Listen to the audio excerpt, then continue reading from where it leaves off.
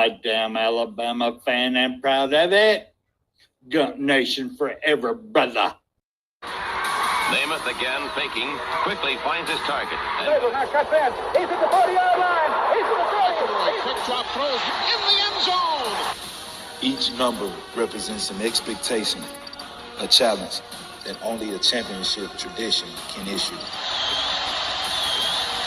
Pressure. Anders hits him. The ball is loose. Alabama, here comes a heat. Cornelius Bennett. Whoa, did he get lit up?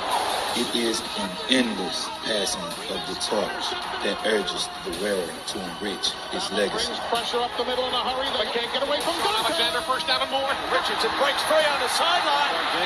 Turns the corner. Can you say goodbye? Because at Alabama, tradition is not retired. It is built.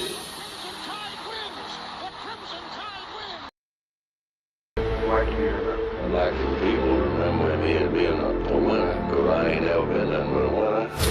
Alabama defeats Miami. Calling has succeeded. This is not the end. This is the beginning. Roll Tide, family, roll Tide. Thank everybody being up in here. Thank everybody's going to watch this afterwards. We do appreciate y'all. And just in case y'all missed it, we are a damn Alabama family. And proud of it.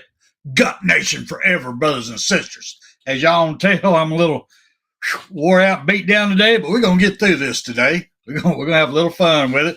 But before we get started, let me bring on our one and only, the man himself, the oh, God, I don't want to give him that much credit, but I'm going to have to just give him the math teacher.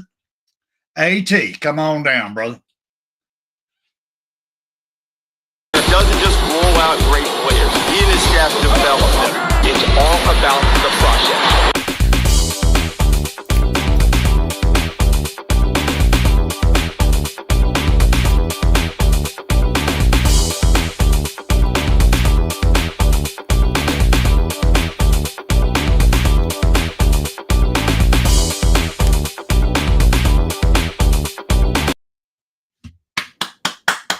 Good to see you, A.T. What's up, big dog?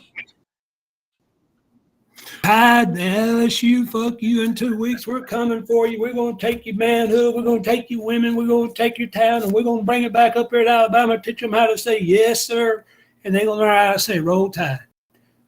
Boy, I almost messed up. I almost said the professor, A.T. I don't think the world could handle that term. I really couldn't. So after I said the math teacher. Just say. That's okay. As long as you don't call me late for dinner, I'm good, guys. Like that old saying goes, I'm ready for anything. I heard we got LSU. Go ahead. Yeah, I heard a little thing this week today that kind of sums up my whole day. So a lot of y'all can understand this. Have you ever had one of them days where it can be raining boobies? You look up to enjoy them. You get hit square between the eyes with a pecker. Things just don't go well when it looks like it should. I just had one of them days today. But we're going to get through this. Now, with all that being said, if you'd be so kind, sir, let's break down the grades from let's put a bow on Miissouri. Let's get started with it. Yeah, hang on just a second. Naturally. That's why I couldn't call you the professor, because you wasn't ready. There it goes. I did. Guys, we played last week. We played LSU. I got LSU on the brain. I apologize. I know you do. Man, I want LSU so bad I can't see straight. Anyway, so last week we did play Miissouri, the Show Me State, and showed them. And there, there's a lot of things about that game that really does need to be thought about. We didn't just give them 34-0. There's reasons. There's causes why. I want to tell you one of the biggest reasons this past week we won. Our offensive line played pretty much the lights out. I mean, they all scored great across there. They couldn't have done better than what they did. But whenever you have a big play offense like we have, you tend to run high scores across your line. So Excuse me. Yeah, that's Our sexist. offense- I'm glad you did that on live TV. They help it open all day. Ball for 63 plays, but only 56 of them was with our starting offensive line. The replacement come in the fourth quarter. And so I didn't count. So all we had the ball for was 56 plays, what I graded him against. Our left tackle, of course, is Mr. Caden Proctor. And, he's a 369-pound big old boy that I begged him and told him, guys, listen, he's too big to pull. Please pull him. But guess what? Mr. Proctor doing great. He got 47 out of 56 plays right, which means he only missed 9 plays, what he was supposed to do. So he scored 83. He got 83 out of. They all scored like this. I mean, it's amazing how great they all scored. I mean, if we'd won 10-0, they could have all scored the same. It's the big offense. But anyway, so Caden Proctor pulled out 83. He's the thing I didn't know. When you raise your hand, Spencer, whoever's out there, if you're listening to me, did you know Caden Proctor to this point against he had not gave up a sack this year? You might know that. His first sack was last week. Wait, whoa. Proctor has not given up a sack this year. Until this past game against Missouri, he gave up a sack against Missouri, but he not gave up one sack this year. And believe me, I triple check, not quadruple check. The announcer said it, and I said, whoa. I'm like, I said, whoa, wait a minute. There ain't no way he's going to get no sack. So I went to look and everywhere I can find. There's nobody that can prove he gave up a sack. So if they lying to me, I'm lying to you. But anyway, so he didn't give up a sack until yesterday, and he gave up a couple of pressures. But anyway, our left guard also, Mr. I'm drawing blanks on names again. Our left guard, he graded out at 85%. He's going to be a first-round pick in the upcoming draft. I mean, he's going to be whoever needs offensive lineman, he'll be a first lineman off the board.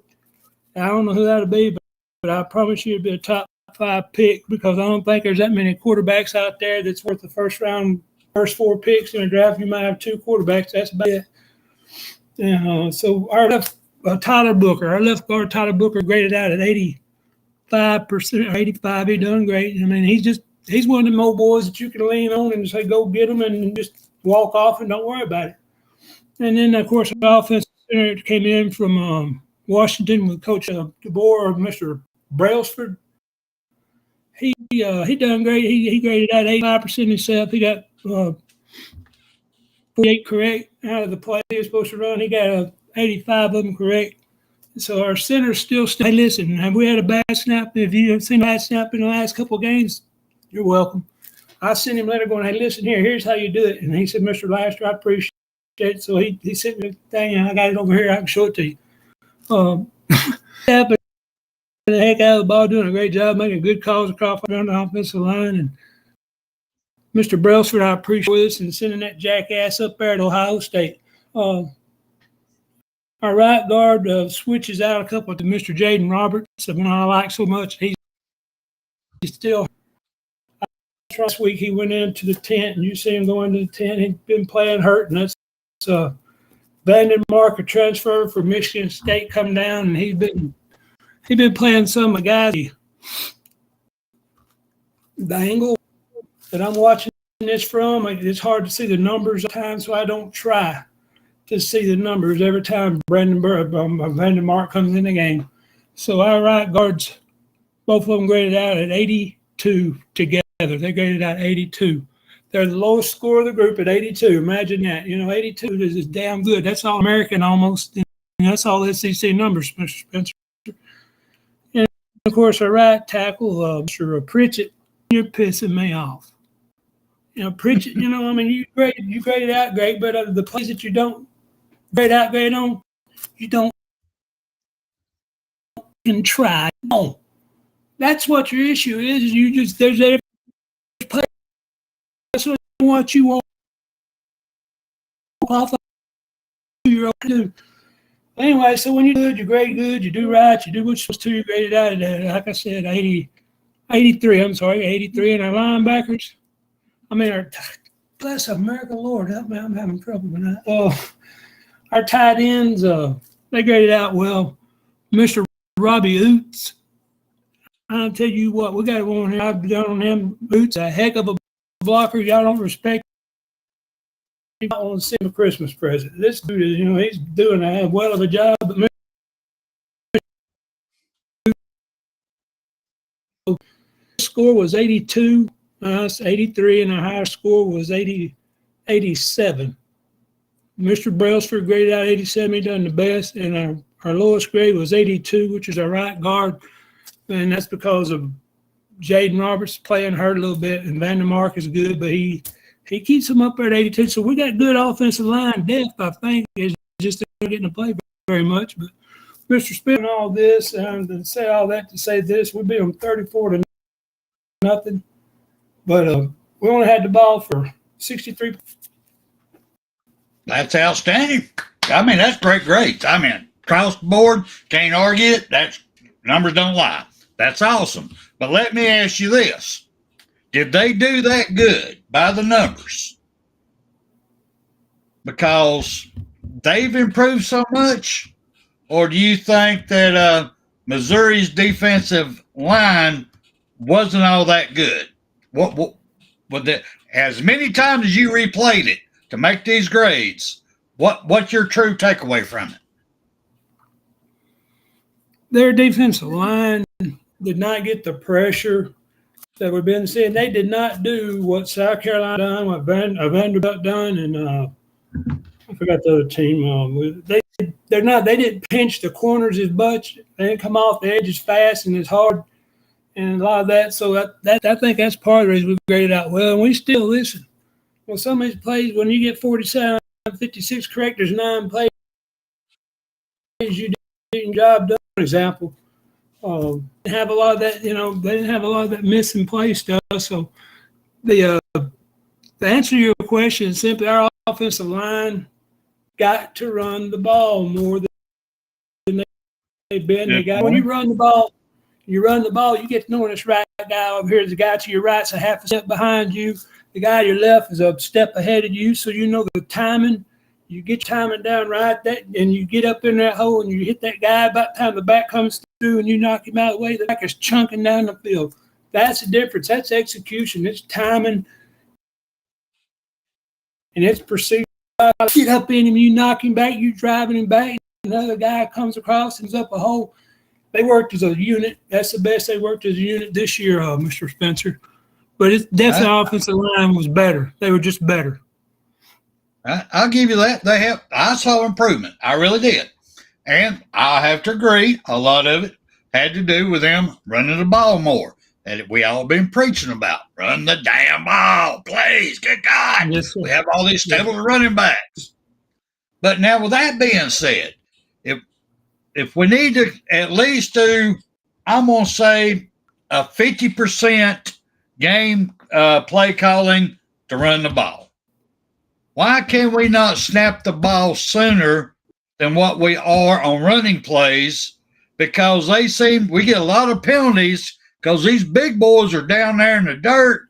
They get all down there. Muscle starts getting tight. You start getting a burn all in the thighs, and your fingers. I mean, it's all there. And you're making them sit. Well, not only do you make them sit, you give them your muscles that little quick relax where they all come up to the line. They're down there. Everybody stands up and looks at the sideline. So you done went down there and got tense, looking around, then your muscles relaxed. Then you go back down and you done put a strain, release, strain. So now you ask them to stay there through 3 or 4 claps. Yeah, you're going to get movement. Why can't we start doing this a little bit quicker? So these big linemen can just start firing off and just pushing. Let these running backs get hit some. Let them get that leather build up where they're getting into it. They're loving it. They're getting mean. They're eating. They want to eat some more. Why make them wait and cause a penalty to cause the problem? I mean, I'm asking, what do you think? Man, I'm right there. I think it's built into every offense to go fast. And here's my thing. If we just run the ball for 10 yards and get a first down, automatically have a 5 play in your play. The second play is going to be a different play, whatever it is, line up and go. Like you said, I don't know why we don't go fast when we're on fire, Spencer. I don't understand. Maybe here's the only excuse I can give you is we're learning a whole new system, a whole new terminology, and the coaches are learning the kids. And I mean, that's the only thing I can give you because, like I said, they better get us now while they can because we're going to start getting better. Execution, right? We started getting better. If you watch some of these plays here later on, maybe you can watch offensive line better. I have no idea why we don't. We ought to do it more as far as running the ball. When we run for a first down, line up while they're still standing there. I watched this, and I'm like you, this pisses me off. We're lined up. We're sitting there watching them. We're like, okay, fuck what they're doing. Snap the ball. Let's go. They're not ready. We're like waiting on them to get ready. Okay, I'll block him. You block him. You block him. You block him. Let's go. If they're not ready, snap to them. Let's go. We ain't got just do what you can go where you're supposed to go. It's going to make. But I agree with you. It's entirely aggravating out that we not snap. What gets me more? I mean, I see it across all the teams that I've been watching, especially in the SEC. All the big boys, they all get up to the line. I mean, even old Piss, Lane boy, they even do it. You know, they come up there, they'll get to the line, everybody rushes up, then everybody stands up. And even the defense, like, what the hell? And everybody's the defenses now are starting to come to the line, and they're keeping their hand up, but they're dropping that one knee, waiting for them to stand up to get to play, and they're waiting on adjustment before they come out of it. So if we just started going in there, we knew what the play was going into it. I mean, we got a mic and a helmet of the quarterback. If you don't want to use it, if he don't cut on quick enough, go back to the old signs.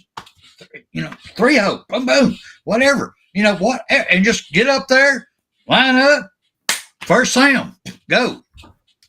That's just me. Yeah, that's what I do. It's creating a lot of unnecessary penalties, and I know our linemen, everybody's getting blamed for it, but you also got to blame the system also. You can't ask these big boys to stay in that crap position for a long time after time after time. You hurt, you cramp, you get pains, you're beat up. Your jaw gets on the side, pulling some pubics. I'm just telling you, it hurts. Yeah. So been there, done that. They're doing better with the play calling. We got the running. So now let's take it to the next level this week. I like to see it going against your LSwho people. I really do. I agree with you. You got any film study this week? Say again? You got any film study this week? Yeah, I got 4 or 5 plays. One of them is the same play twice. The first one's going to be I think the first one was sitting in, and I tried to get up with Icebox about this. I wanted to send it in with the sound in the background where you could hear all the racket going on. Right. You never hear a whistle. You never hear anything whatsoever. And then also that way and show that first one to Mr. Overton is sacking the quarterback. I mean, you never anything. Let it roll, Mr. Icebox, if you can, sir. It's amazing how this play. I don't understand this. This play, they should apologize to us for throwing a damn flag on this. And it's just pure stupidity. I'm not sure. I think. Okay, there he goes. Well, he's working on it. While he's getting this part handled. Speaking of that play, okay, here we go. Never mind. Yeah, he's on the corner right here. As you see him, he's ready to go. He's ready to rock. There's no look. Watch the players. No, nobody stops. And then all of a sudden, the quarterback. He's the only one that gives any act. That there's something maybe wrong. And that guy just runs in. I will admit, their quarterback did kind of stand up and he stopped his play. I will admit that. If you watch it right before he gets hit, but nobody else did. Everybody else was blocking. Yeah, nobody else heard the whistle. He's the only one, I guess, that heard the whistle. But you look at everybody. Everybody's going full speed. And then they start. Well, I'll take that back. He didn't either. He was still taking his next read. I take that back. I was wrong, y'all. He was looking for his next read. But this right here, they called him for roughing the passer.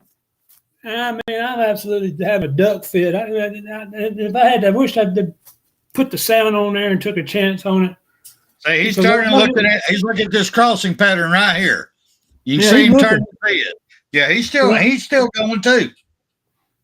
Everybody's fighting. Everybody's blocking, offensive line. Look at them. Everybody blocking. Ain't been no whistle blown.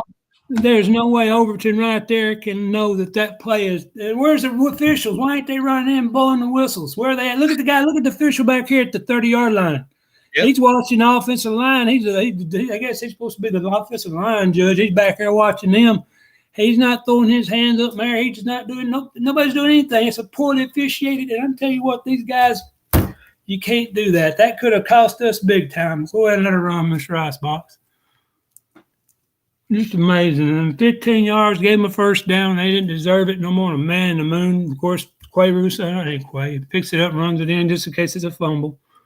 And that's it. It's a dead ball foul. And okay, this right here is going to be the Milroe. Watch what Milroe. Guys, I've been on Milroe's ass for the past couple of weeks, and y'all know it. But Milroe makes this play because he figured he gets going. Go ahead and run it, Tommy. Mr. Icebox, I'm so sorry. I mean, he comes left, and he's going to come, and here they come. They're blitzing off the edge because they know what he's doing. He's just, whoop. Now watch. I mean, he just absolutely look at the speed that guy's got. A lot of this is going to be like that. The rest of it is going to be plays like this. It just shows how good our quarterback can be when he's making good decisions, Mr. Spencer. Well, you're right. Go ahead and play it again. Watch the right tackle. He locks him down. He locks him down. Yeah, there you go. Stop it right there. All right, now let's break this down. He had to stop because our guy right here, 57 right here, he got beat. He missed his block. So that man's coming dead at him. He sees him and he stops. He puts the brakes on. Then he bounces off. But that's a great wall off the rest of our offensive line did. Now, I don't understand the pulling this way. Unless I don't get that.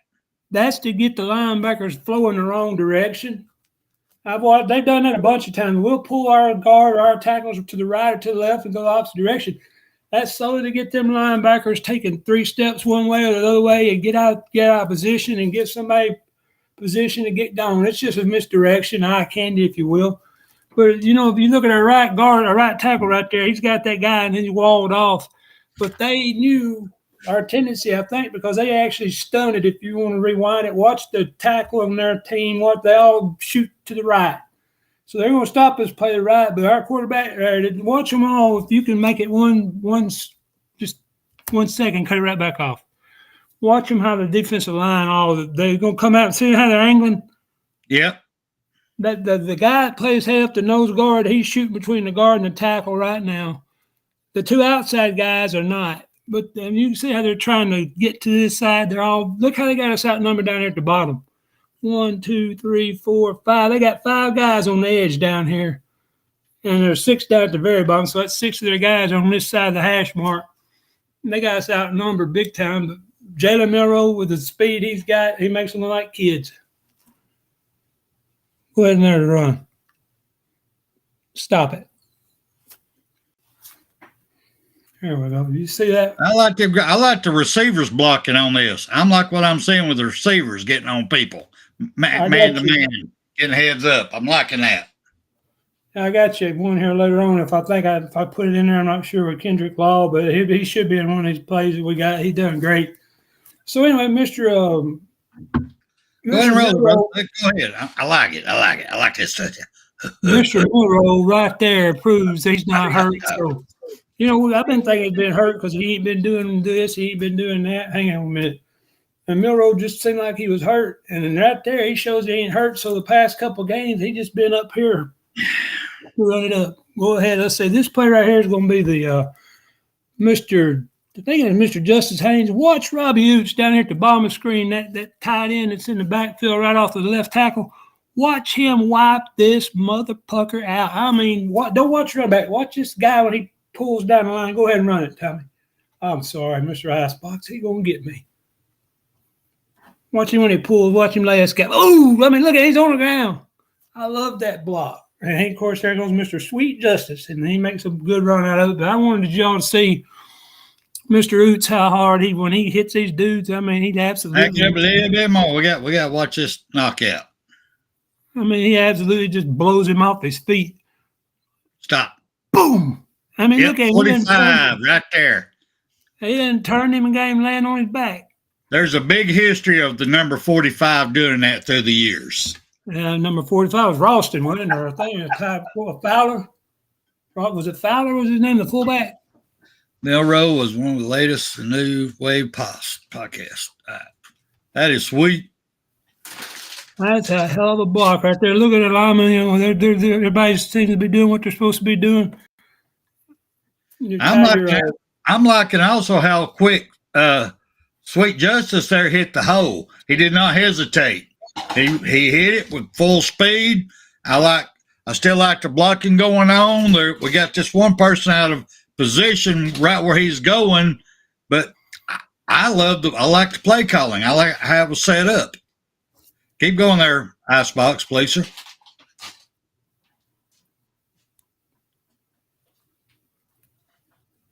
Uh-oh. Keep going. Keep going. No, he didn't. Thought I missed a blocking him back, but he didn't. No. He let up. No, like I said, guys, the offensive line, that play right there works simply because they ran in enough, and that guy gets to knowing he's going to have that guy, and they all get their timing down. The running back gets his timing down, he hits that hole when he's supposed to, and when you hit that hole, instead of a half a second late or a half a second early, you hit it when you're supposed to hit it. That's what happens right there. You get big gains because you give timing is everything on run blocking. And if we run block good, it's going to lead into pass block good because they're going to expect us to run all over them. Go ahead and start. This is going to be here's your play. Watch Sweet Justice Haynes when he barrels this linebacker. I mean, he pops him, and that guy just sits down. Go ahead. That defensive lineman and that defensive linebacker just sits down. Watch him. Boom! He just said targeting. I got another view of it. I got another video. That's one video. I got another video that shows the same thing. It's just a longer video. It's the same exact thing. This same play. This is the same play. I just got it from a different angle. Watch him when he hits it. Right. Boom! Launch with the crown of his helmet. Launch with the crown. They've got to change that rule. I'm sorry. And that's over 5 yards downfield. He launched through this guy and knocked it. Look at him. That is targeting both of them. Both of them doing it. Look at them right there. Both of them going down, leading with a crown. They need to do away with this. They need to do away with this altogether. If you look at this 22, is a good football play by both players. Oh, look right there just a second. Look at 22, though. He can see where he's going. Look at the other guy. He's looking at his tennis shoes. And I agree I hear you about the crown. I'm not going to argue that point right now. I'm just saying the tailback can see where he's going. That defensive guy cannot. And when that defensive guy come in and gets down, we both know if a guy gets lower, what do you got to do?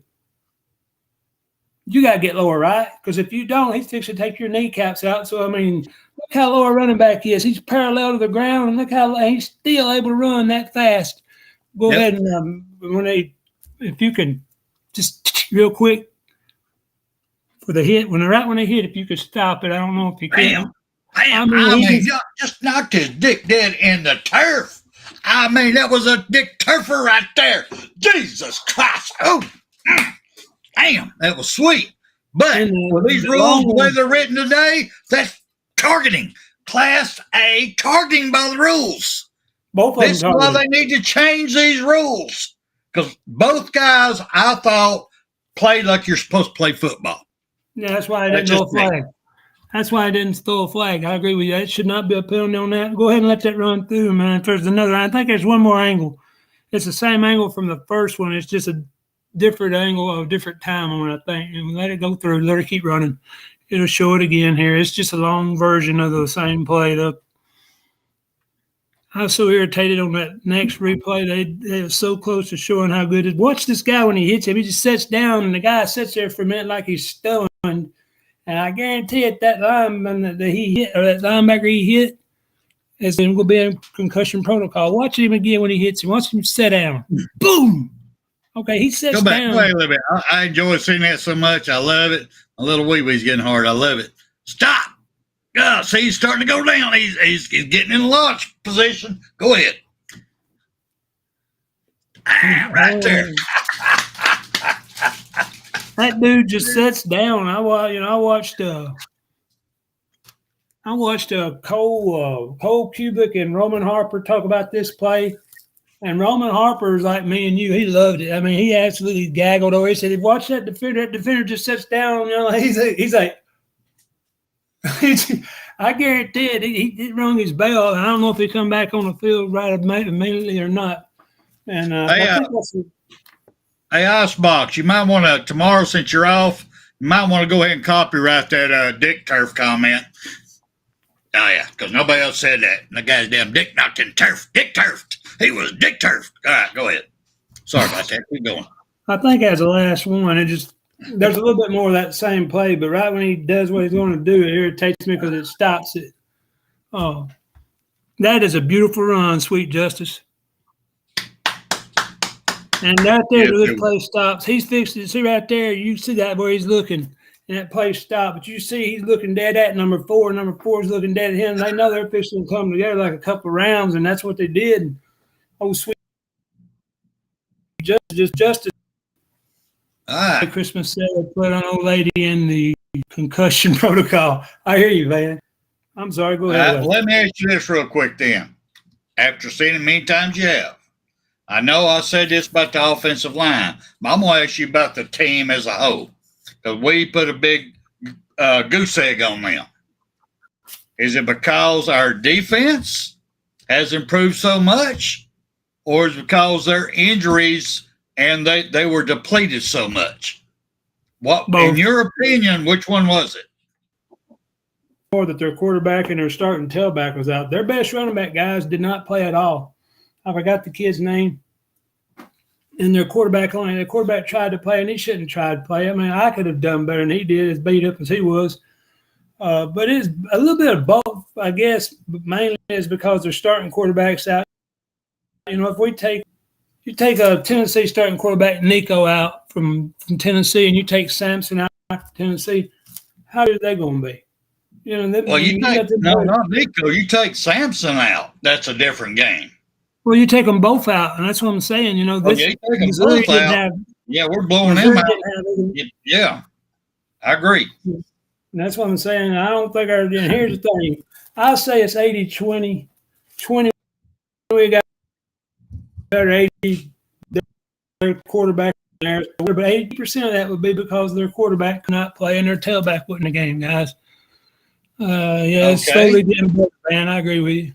Go ahead, Mr. Spencer. Well, let me ask you this then. With that being said, did you not see a different scheme and play calling by our defensive coordinator, Mr. Womack? Did you not see something different in this game, different than what he's normally been doing? I don't think he called a game different, but I do know that the defensive line in particular gave better effort. Overton, where's he been all this year? He ain't done much all year. As good as he is, you think he could dominate the line of scrimmage better, and he hadn't. He played the best game of his so far this year, as far as I can tell. He's best answer. I got to disagree with you, brother. I got to disagree with you because I've been griping. I've been raising immortal hell and calling Mr. Womack out on where's the swarm? You came in saying you're bringing this swarm. Where the hell's the swarm? And I saw it this game. Blitz, baby, blitz. I'm sorry. Run the ball. Run, baby, run. Blitz, baby, blitz. Equals wins. But he was not, the blitzing he was doing, you did not know what was coming from. He kept them guessing. That's where I was so excited about it because the whole year coming up, they would set a certain stance no matter if you only had one down lineman or whatever crazy shit he was doing. You would send one linebacker or one DB, and every time in the same play or that same setup, and they knew it, and it got caught, and they couldn't do nothing about it. This game, I think he did it totally different. I'm very proud of him. I'm very proud of change. I don't know if it's because his coach father and him got together. Let's review film. I know his dad was behind him in the whole game. A couple of times he's holding his shirt, keeping him getting on the field and getting a 5-yard penalty. The only thing I do know is that was the best game all season that this man has seen Womack call.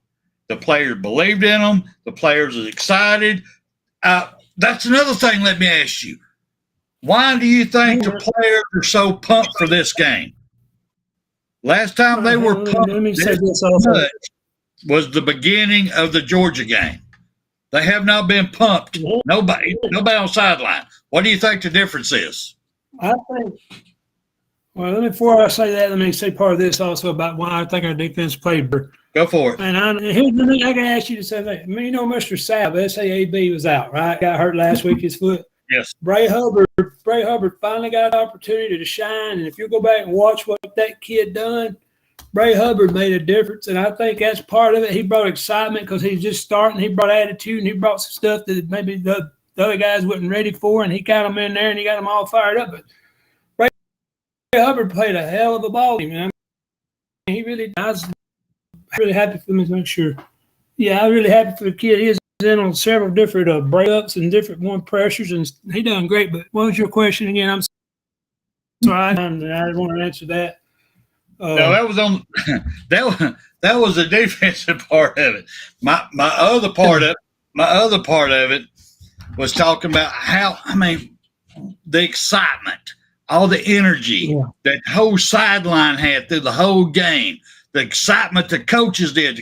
Even our coach DeBoyer out there showing emotion, getting in the lineman's face. I mean, everybody stayed pumped the whole time.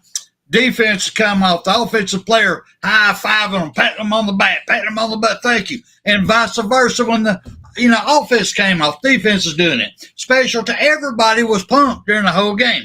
Jumping up and down, title towel in the air. I don't know if it's title towel. I'm just saying. I just did that for title towel. But anyway, that's what I'm saying. Last time I saw that kind of energy was the first half of the Georgia game. From the second half of the Georgia game to the Mizzou game, I have not seen that energy on the sideline. What do you think changed? What happened to get a whole team pumped? Let me ask you this, and this answer your question. What happens when you back a dangerous animal into a corner? Do what now? What happens when you back a dangerous animal into a corner? When you get him in a corner, he got nowhere else to go. What's fixing to happen? Come out fighting. He gonna come out with everything he's got. He gonna come out, and that's what happened. We're a 2-loss team, and then they got knowing if they lose again, playoffs are gone. You forget the playoffs, so we're a dangerous team for the rest of the year because if they go and say, if we lose this game, we're out, they're not going to take things for granted. They're going to take a step that much faster. They're going to do this just a little bit quicker. They're going to do this just a little bit better. And when they all doing just a little bit better, this is what's going to happen to these teams. I mean, they're backed in the corner with nowhere to go except out, and they better come fast in a hurry. And that's what they're going to do. Bray Hubbard done great, but like I said, I think it's because of that, Spencer. What are you thinking about it? What do you think? Well, I'm sitting over here in the comment section. Nick Saban Jr. and others are saying that it was the homecoming effect. They only got excited because they had a dance after the game. I don't believe that. I hate the homecoming. The only reason I say that is because the homecoming games I played in, that dance and getting in the parking lot and all that damn white line and shit I had in the trunk, all that I wasn't thinking about during the game. Now, you get me halfway through my shower, getting all that scum and grass and shit off me, dirt all up in my, halfway through that shower, I was thinking about, it's time to pop that cap. It's time, that old quart jar. Yeah, I agree with that. But no, I can't agree that it was a hype. Something changed. Something. I don't know if it's. I hope to play it. I really do. But common sense kicks in on me. Common sense kicks in where it's like a whole team says, okay, we ain't doing that no more. We're done. Then we got a whole team going, well, it's time to turn it back on, you know. I'm still not comfortable where the team is. That's Spencer Reevely saying. BAMA Sports, not nobody here. Me. There's something weird going on. I don't know if it's Halloween. Ooh, shit. There's something going on. I'm sorry. To cut it off that quick, go ahead. Well, I'm just saying it's right here. This is where it all changed. Between these things right here you got on the side of your head, some of these guys finally got it between their ears. You know, we got to give it our best every play because the guy across from me, he's SEC caliber material too. And if you go out there with 85% mentality, you're going to get beat. You got to go out there with 100% mentality. And when you do, this is what happens. And by the way, before I forget, when they put the first string back in to preserve that shutout, I was up in there going, hell yeah, baby. I was excited. My coaches called a timeout to put the starters back in. That tells me what they're doing. That made me feel good. Because now I know they won't, they want to win. But I love that they called a timeout just to put starters back in. That's wonderful. Well, with with Milroe going over and hugging Womack's neck, leaning over to him, congratulating him, that tells you that brought respect from Womack to the offensive players. But that was at the end of the game. But that's going to bleed over to this week of preparation on the bye and getting ready for LSwho. All that's going to bleed over because they're building respect now. I don't know if that was a problem, that the players didn't respect the coaches and assistants. I don't know. I'm just saying there was a problem there. I'm hoping it's worked through.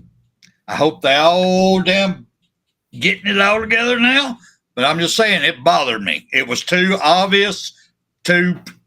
If that happened in my work, I'd be looking on who started, who can I fire?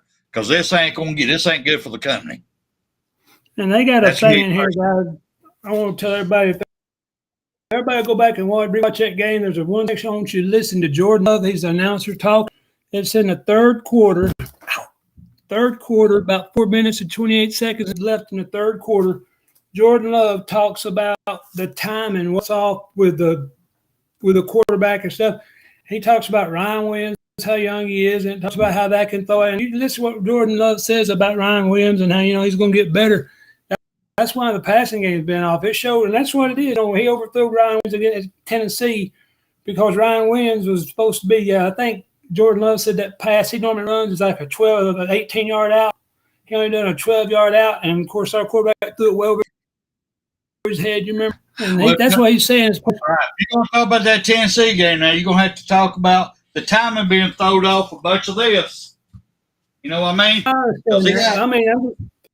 I want to bring out what Jordan Love said because in the third quarter, about 4.5 minutes left in the third quarter, guys, he gives a great explanation of why the timing's off with Milroe, that it is not Milroe. The routes have been run a little bit different as part of it. So I was like, I want everybody to hear it. Third quarter with 4:28 left to go, and I'll quit saying that. But that's did you know our third down conversion until 10.5 minutes in the third quarter?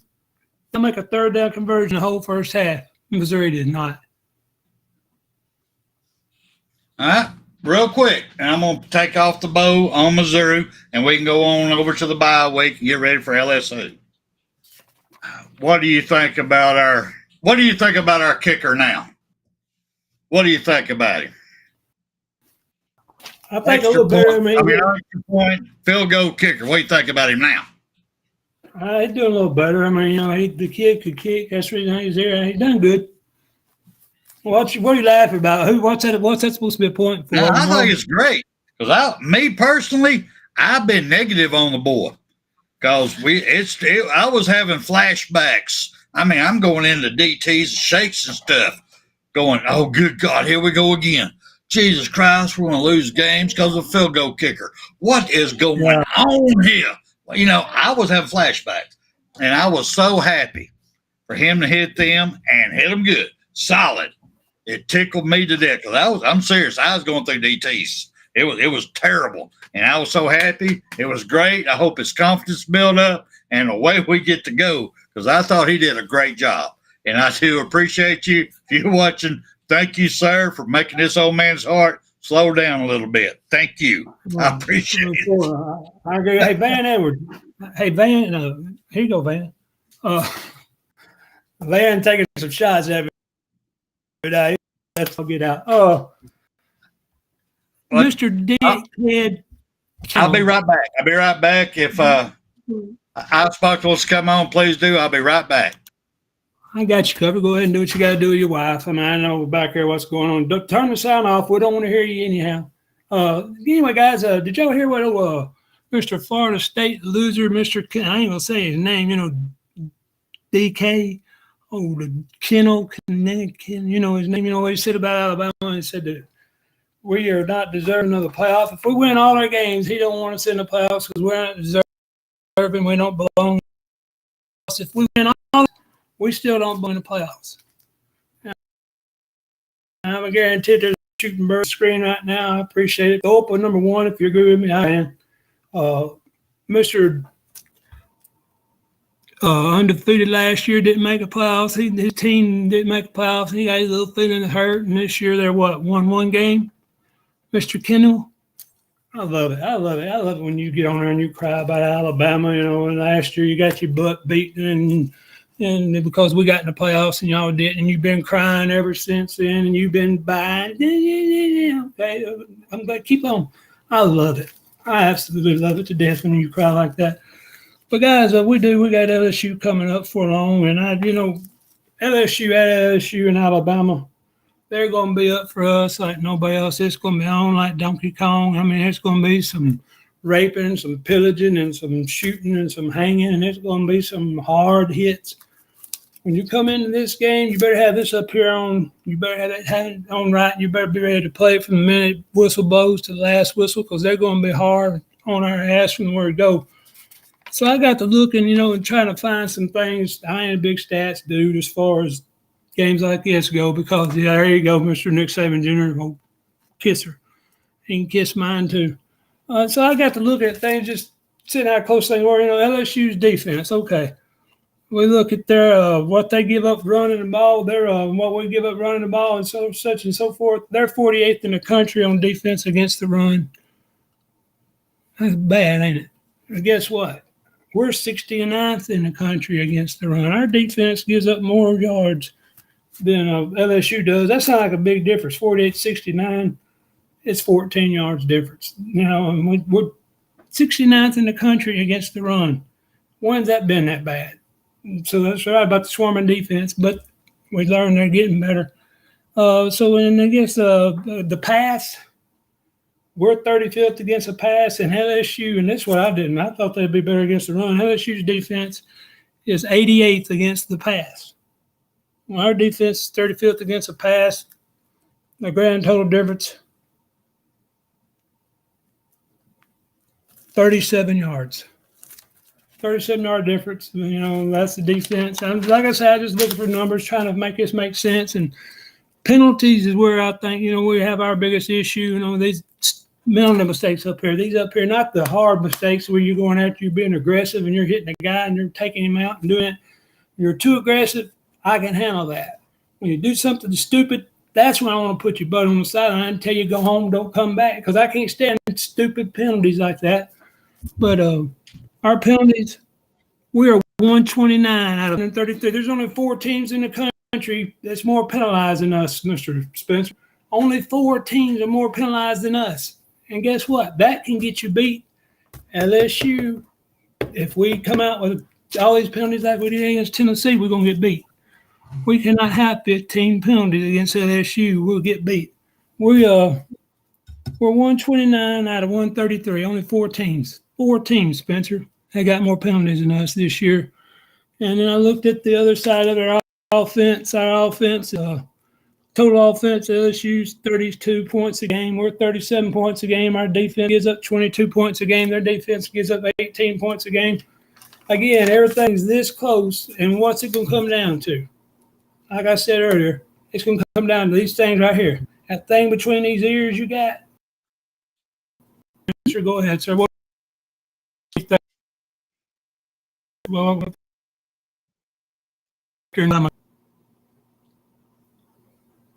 You freeze it up again.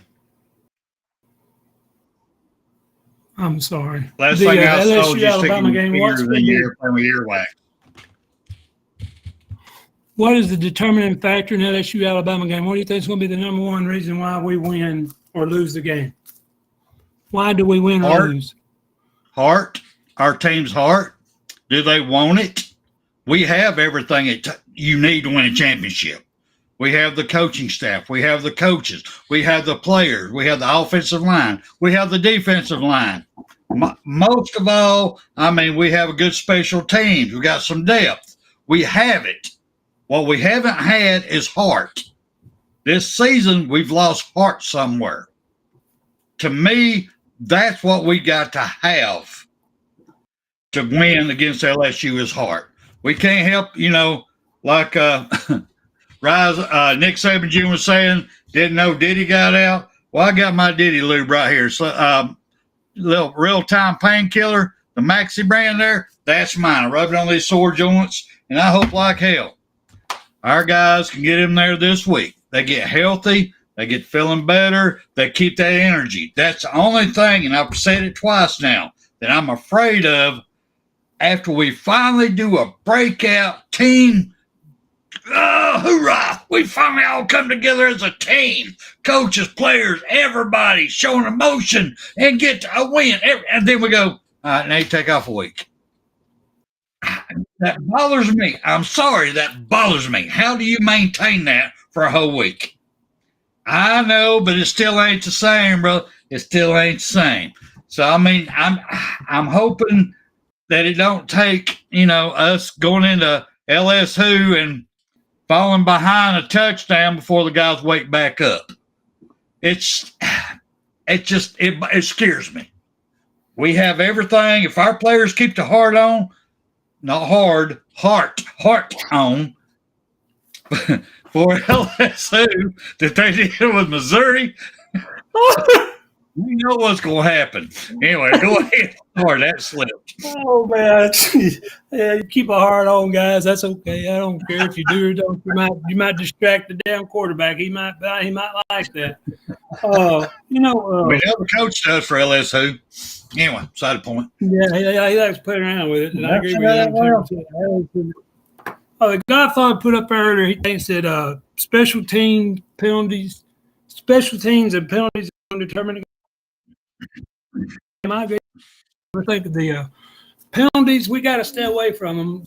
These penalties right here, stay away from. The aggressive penalties, I'm good with that. I mean, if you hit somebody a little late and they throw a penalty flag on you, I can deal with that better than I can. You going, who am I supposed to block? Where am I supposed to go? I can't. But now you should know your play, where you're supposed to go, and we'll be there when you get there. Play on time, play on rhythm, get off the ball, do what you're supposed to. Low, quick feet. Offensive lineman, 369-pound Caden Proctor, low, quick feet. We got, like you said, come out with heart, come out fast, because against LSU, I think they're going to come out. All right, let me ask you this. That being said, I think our coaching staff's learned on every game we played. I think they learned against our loss against Vandy. I think they lost against our loss against Tennessee. And Tennessee game, I had to give it up to Tennessee fans, of all fans. They had that stadium rocking. It was loud, very loud. All right. Well, we're going to let LSU. It's about to be very loud, very loud. So do you think that our coaching staff learned when it's loud, let's hurry this up. Don't keep our guys there because they can't hear nothing. Let's go on motion. Let's go on first count.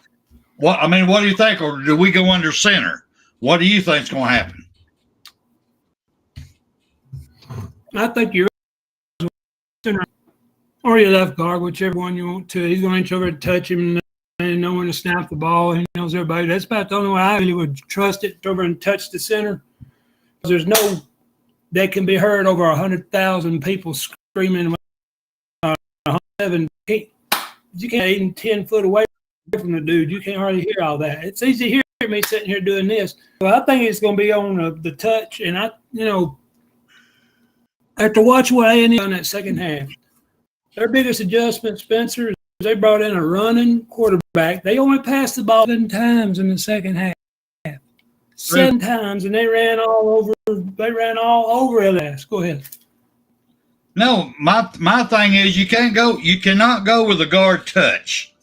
You cannot. If you go with that and you're snapping every time he does it, these linebackers are foaming at the mouth.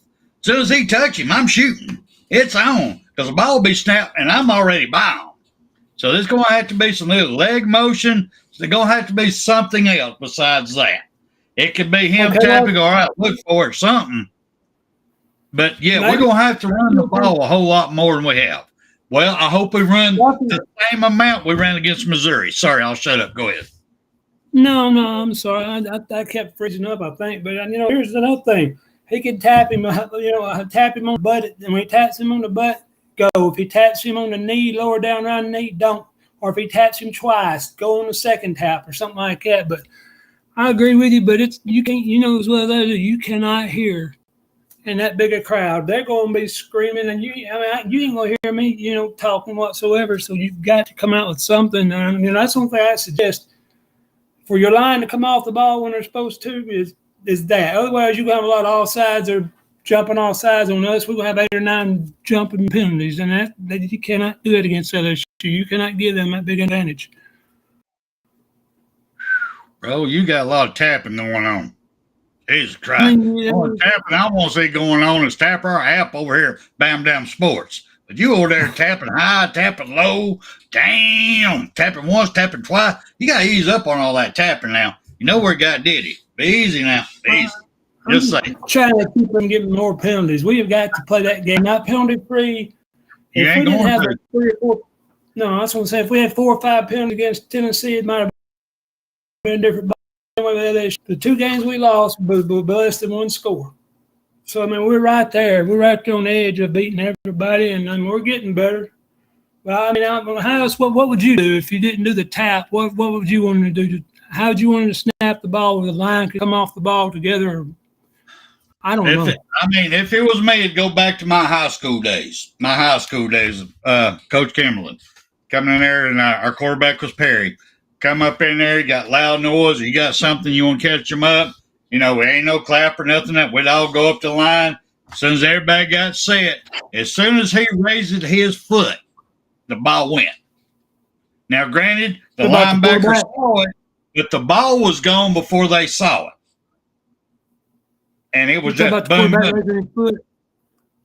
Yes, as soon as he raised it, because he's back there in shotgun, as soon as he raised his foot. Or if it's really bad, we had to bring him up, put him under center. Then nobody knows when he got tapped on the back of the hand. Nobody knew that. That's the other option. But I haven't seen Milroe under center. So I don't know if that's a good thing or not, because I haven't seen him under center. Well, the one time he got not even in high school, I don't think he played under center. Somebody in a chat might correct me on that one. I agree with you. I agree with that. He raised his foot and snapped the ball. That's fine. I ain't problem with that either. But I know we got to do something because if jumping off sides, then we're going to get beat. Yep.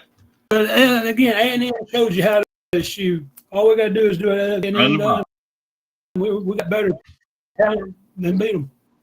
Of course, that game was at A&M, though.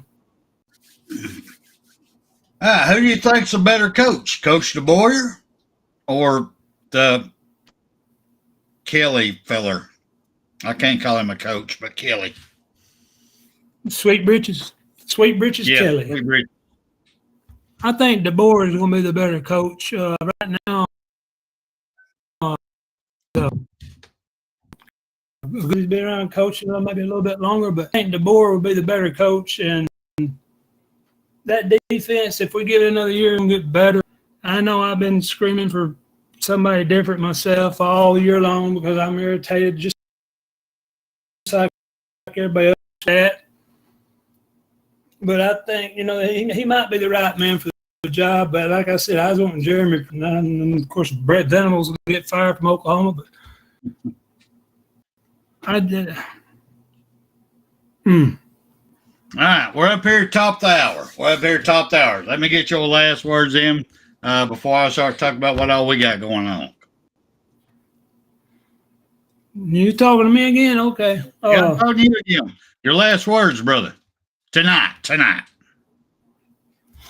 I guess it'd be just roll tide. We got 2 weeks to get healthy, and fuck LSU and the horse they rode in on. And by the way, I ain't forgot you, Mr. Center for LSU. We beat LSU's ass.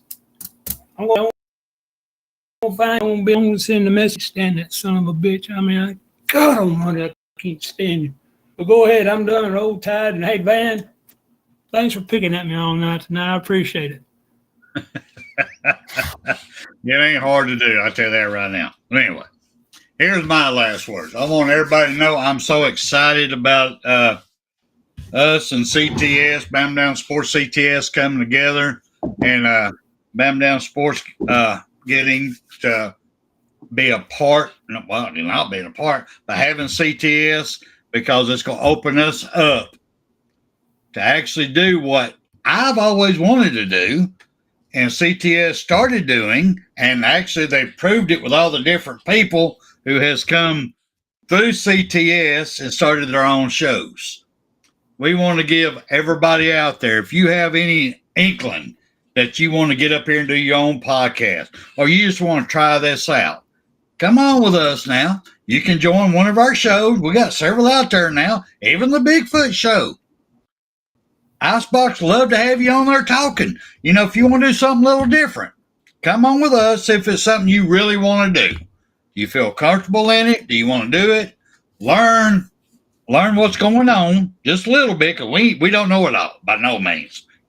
We're just a starter area here, but we can give you the platform to grow. And we can give you your own show.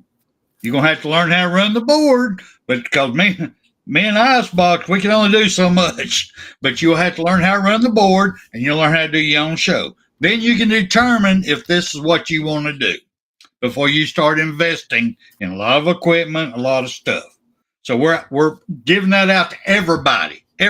Ladies, if y'all don't want to talk about football, y'all want to come on and talk about ladies basketball, ladies softball at Alabama. Go ahead, AT. You're doing timeout on me. What? Real quick, I'm sorry, I'm just saying this. Hey, no Auburn fan. No 10. And you got to be, if you're on the channel, you're going to tell me Alabama fan. Is that right, Spencer? Or are you going to let Auburn fan have a show? If an Auburn fan wants to come on and do an Alabama show, come on. That would be an awesome show. That would be awesome. And I'll pay their ass. I'm just telling you right now. I ain't calling nobody. I don't call nobody. If you got them kind of hunches, you want to do that, hell, we'll give you the damn platform. Come on. See what happens. I'm just saying. But I'm just talking about, if your thing is golf, you want to come on and do a golf show, and the only time you want to do it is during the time y'all playing, fine, cool. We're just giving you opportunity. You can either give us a call, you can email us at bamdownsports@gmail.com. Say, hey, man, I'm interested. Please give me a call. We would be happy to. That's where we're going with this. We are a bunch of damn rookies here. We're a bunch of old men having a good time. We enjoy it. We want to give y'all the opportunity to enjoy it also. And one last thing for me. We got a bye week right here. We got one more week. One more week that I need to know, is there anybody else out there that would like the Mercer tickets, 2 Mercer tickets? It's on the upper level behind the land zone, and the free room that goes with it. If anybody wants it, I need to know this week, because I'm going to be announcing the winner come Pickem show on next Saturday morning during for the LSU game.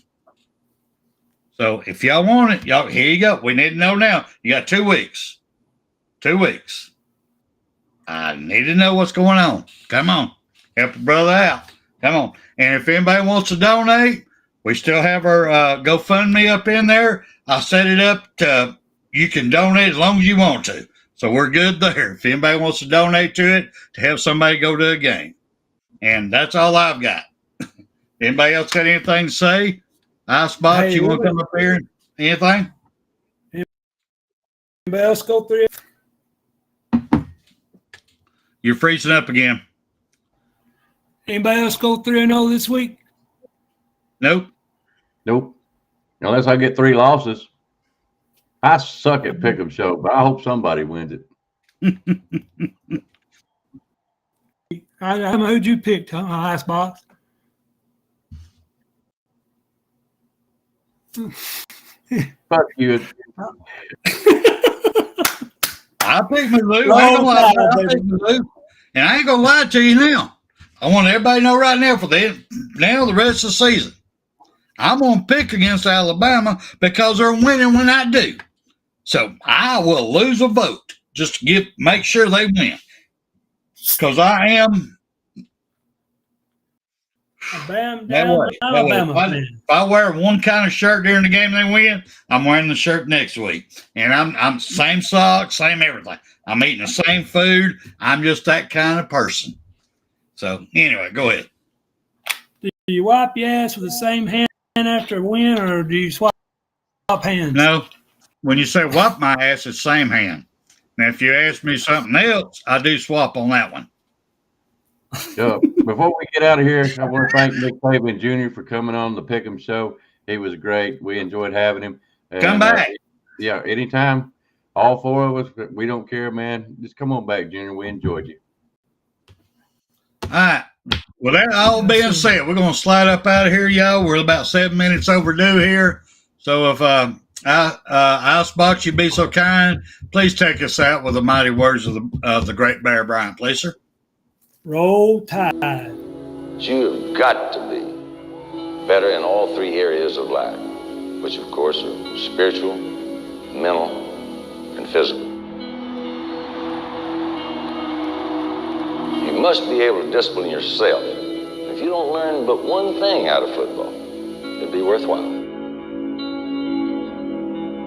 There's certain sacrifices that you will have to make. There are going to be many sacrifices you have to make in later life. To fight. Oh, I don't mean fist fight. I mean to get up and come back and get up and come back and get up and come back again after you've been knocked down. And that could happen to you in later life. But if it does, you're going to know how to handle it. There's no one that ever has or ever will accomplish anything alone. I've read about self-made men. That's Tommy Rot, as far as I'm concerned. I don't even know how to define intangibles. And I know that if you learn these lessons, you'll have it. And if you have it, you'll win, and you'll be better prepared in those 3 areas of life that we've been talking about. That there are going to be times for everyone that you're going to get discouraged.